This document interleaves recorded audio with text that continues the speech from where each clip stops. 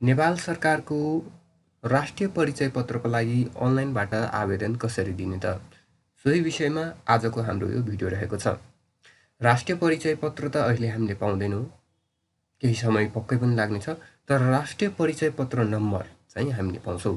So हामीलाई पासपोर्टको लागि र अहिले आएर एडमिसन प्रोसेसको लागि समेत हामीलाई राष्ट्रिय परिचय पत्र नम्बर जरुरी भएको छ। त्यसकारणले गर्दाखेरि अहिलेको समयमा र पछि आउने दिनमा अझ धेरै कुराहरूको लागि लगभग सबै कुरामा राष्ट्रिय परिचय पत्र नम्बर अनिवार्य गरिनेछ।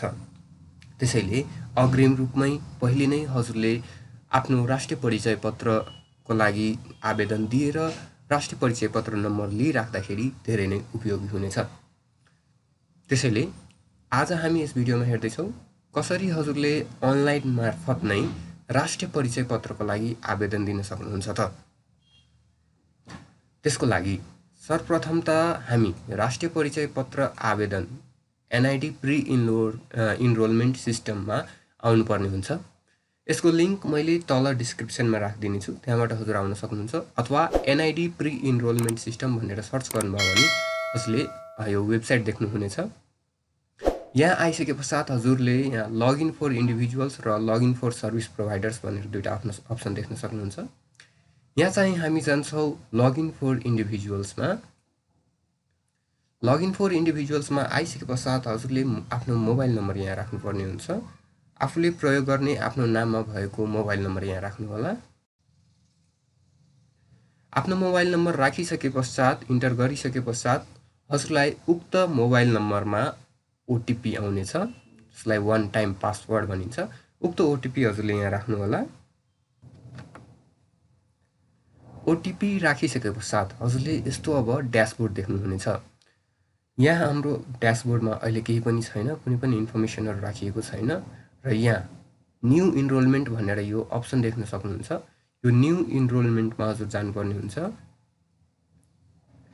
न्यू इनरोलमेन्टमा आइसके पश्चात चाहिँ एउटा सूचना पनि हजुरले यहाँ देख्न सक्नुहुन्छ। अनलाइन आवेदन फर्म भर्न पूर्व ध्यान दिनुपर्ने कुराहरू रहेका छन्।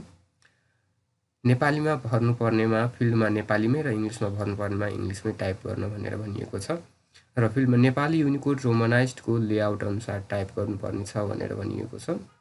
सो यी सबै कुराहरू हजुरले पढ्न सक्नुहुन्छ। अब हामी क्लोजमा जान्छौँ।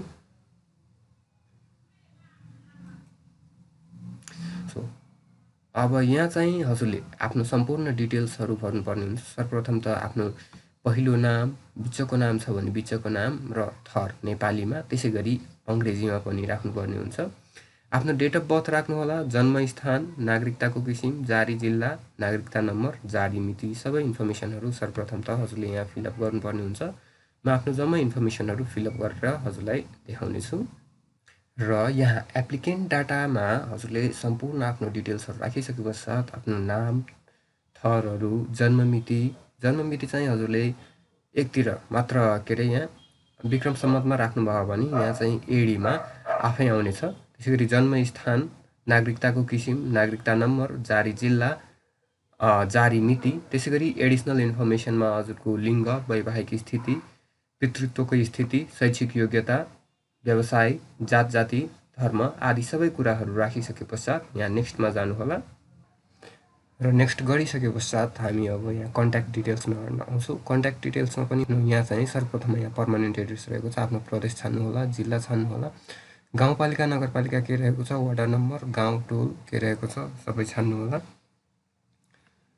त्यस पश्चात हजुरको टेम्पोररी एड्रेस भनेको टेम्पोररी एड्रेस र पर्मानेन्ट एड्रेस सेम रहेको छ भने यसमा चाहिँ हजुरले टिक लगाइदियो भने माथिको जम्मै डिटेल्सहरू स्वतः यहाँ कपी भएर आउनेछन्, अथवा फरक छ भने यहाँ हजुरले टिक लगाइराख्नु पर्दैन। सो यहाँ जम्मै डिटेल्सहरू फिलअप गरेर हामीले आफ्नो कन्ट्याक्ट डिटेल्ससम्मै फिलअप गरिसकेका छौँ। अब नेक्स्ट गरौँ। अब यहाँ चाहिँ हजुरको आफ्नो फ्यामिली डिटेल्स हजुरले फिलअप गर्नुपर्ने हुन्छ। यहाँ आफ्नो सम्पूर्ण फ्यामिली डिटेल्सहरू भर्नुहोला। बुवाको नाममा चाहिँ पहिलो नाम, बिचको नाम, थर के रहेको छ, इङ्ग्लिस र नेपाली दुइटैमा। नेपालीमा टाइप गर्दाखेरि चाहिँ हजुरको नेपाली युनिकोडमा टाइप गर्नुपर्ने हुन्छ, रोमनाइज्ड को लेआउट अनुसारले।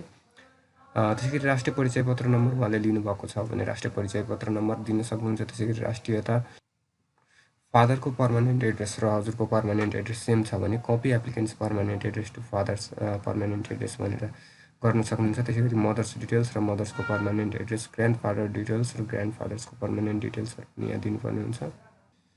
या आफ्नो फादर्स डिटेल्स, मदर्स डिटेल्स, हजुरको grandfather detail, grandmother detail भरिसके पश्चात चाहिँ यो स्पाउसको कुरा आएन, अविवाहित मान्छेमा यो गार्जियन डिटेल्सहरू राखिराख्नु परेन। हामी यहाँ नेक्स्टमा जान्छौँ। यहाँ अपोइन्टमेन्ट डिटेल्समा चाहिँ सेलेक्ट गर्दाखेरि चाहिँ एउटा अपोइन्टमेन्ट लोकेसन हामीले सेलेक्ट गर्नुपर्ने। हजुरलाई अब कुन स्थान पाएको पर्ने छ त त्यो स्थान चाहिँ हजुरले सेलेक्ट गर्नुपर्ने हुन्छ। म चाहिँ यहाँ नारायण हिटी दरबार राजधानी विभागको पुरानो राजधानी विभागको कार्यालय रहेको छ। उक्त कार्यालय मैले सेलेक्ट गरेको छु। एयरलिस्ट डेट यहाँ चाहिँ 2079-04-06 भनेको छ, तर यो डेट एयरलिस्ट त्यति देखाए पनि उक्त डेटमा चाहिँ अपोइन्टमेन्ट हामीले यहाँ सर्च गर्दाखेरि देखाउँदैन। सो त्यसको लागि म चाहिँ यहाँ हजुरलाई सर्च गरेर पनि देखाइदिन चाहन्छु। यहाँ चाहिँ कुनै पनि रिमेनिङ कोटा रहेको छैन। सो हामी डाइरेक्ट जान्छौँ यहाँ भाद्रमा, र भाद्रमा पनि 3 गतेसम्मलाई कुनै पनि डेट छैन। मैले अघि यसभन्दा अघि नै चेक गरे अनुसार चाहिँ सर्च गरे अनुसार चाहिँ 3 गते होलिडे रहेको छ र 2 गतेसम्ममा चाहिँ कुनै पनि स्लट एभाइलेबल रहेको छैन। सो त्यस पश्चातको डेटमा चाहिँ अब कुनै पनि आफूलाई पाएको पर्ने डेट चाहिँ हजुरले सेलेक्ट गर्न सक्नुहुन्छ। म चाहिँ एउटा डेट सेलेक्ट गर्छु र यहाँ सर्च गर्छु। सर्च गरिसके पश्चात यहाँ हेर्न सक्नुहुन्छ अपोइन्टमेन्ट टाइमहरू कुन कुन एभाइलेबल रहेका छन्। सोही अनुसार चाहिँ हजुरले एउटा समय यहाँ सेलेक्ट गर्नुहोला। एउटा समय सेलेक्ट गरौँ र सेलेक्ट गरिसके पश्चात चाहिँ हजुरको प्रिभ्यू देख्न सक्नुहुन्छ। हजुरले के कता के इन्फर्मेसनहरू फिलअप गर्नुभएको छ ती सबै इन्फर्मेसनहरू हेर्न सक्नुहुन्छ। यहाँ चाहिँ केही त्रुटि रहेको छ, केही मिस्टेक रहेको छ भने हजुर यहाँ प्रिभियसमा गएर चाहिँ सबै कुराहरू मिलाउन सक्नुहुन्छ। अथवा सबै कुरो ठिक छ भने हामी यहाँ चाहिँ अब सबमिटमा जान्छौँ। अब सबमिटमा जाँदाखेरि चाहिँ राम्ररी आफ्नो एप्लिकेसन चेक गरेर मात्र यसलाई सबमिट गर्नु होला, किनभने हजुरले यसलाई चाहिँ एडिट गर्न सक्नुहुन्न। सो एकपल्ट पुनः पनि म आफ्नो इन्फर्मेसनहरू जम्मै रिभ्यू गर्छु, त्यसपछि मात्र सबमिटमा जानेछु।